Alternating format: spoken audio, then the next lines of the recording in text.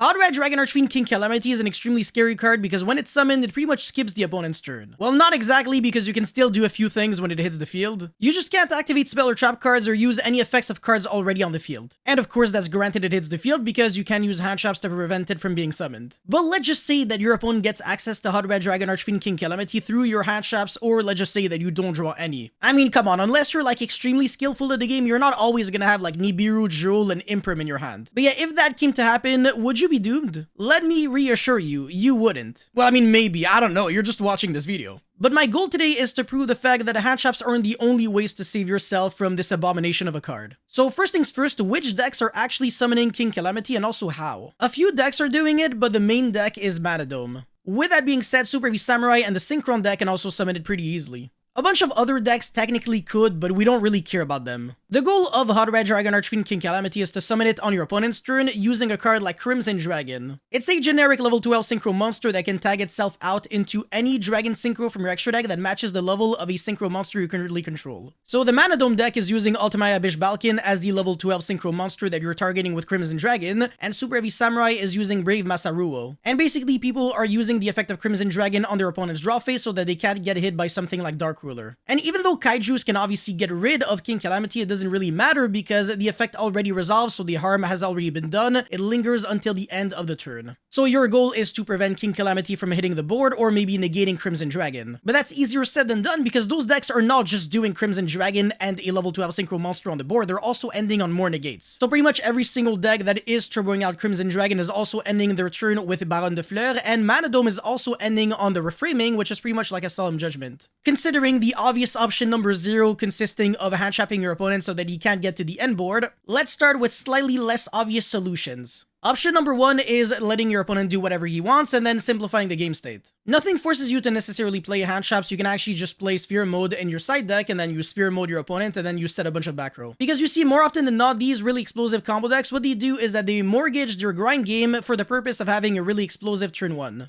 You can take full advantage of that by letting them do whatever they want and then emptying out all their resources and then sphere moding them, and then they can't really do much after that. I mean, at that point, after turn 1, they're probably out of cards in the extra deck, out of cards in the main deck, etc. By the way, if you draw something like, let's say, sphere mode and a hand trap like Ash, I really recommend you to not use the Ash. That way, if your opponent can play through the Ash and also have triple tactic talents, you're not going to be losing your sphere mode. And you will also be preserving your hand trap for your opponent's follow-up, which is really important if you just go sphere mode pass. Trap decks aren't the only decks to be able to do that, but definitely the best ones. By the way, Lava Golem is not too bad because you can technically double Lava Golem your opponent so that you can get rid of 4 monsters. The only issue is that you're giving a really big beat stick of 3000 to your opponent. So if you can't normal summon or use any card or effects, Lava Golem is probably not your best friend. If you can afford to play a little more passive, sphere mode is definitely better in this situation. Anyways, option number 2 is exploiting King Calamity's biggest flaw. It misses timing. Usually that's no big deal because Crimson Dragon's effect to synchro summon is a quick effect, but at the same time you can use your turn player priority at your advantage. As a matter of fact, if your opponent has like no other negation, a single Book of Moon is enough to get rid of your opponent's King Calamity. So for example, at the start of your draw phase, you will be using Book of Moon or something like that on your opponent's Crimson Dragon, and if your opponent changes the effect of Crimson Dragon, then he'll be summoning a Hot Red Dragon Archfiend King Calamity that cannot activate its effect because it was summoned in Chainlink 2 or higher, and of course the summon was not the last thing to happen. This obviously will not always work because more often than not your opponent will also have some other negates, but it's still something that you have to take into consideration. And if you got more quick effects that can threaten the Crimson Dragon, then at least you get to trade with your opponent's negates. So for example, double Book of Moon gets rid of full combo and Baronne de Fleur. Just make sure that you're always letting your opponent know that you're using turn player priority and you're not passing priority. Because otherwise, if you let your opponent do something in Chainlink 1 in open game state, you're screwed. You also retain priority on the resolution of something, so if you go Cosmic Cyclone on your opponent's reframing, and then you can,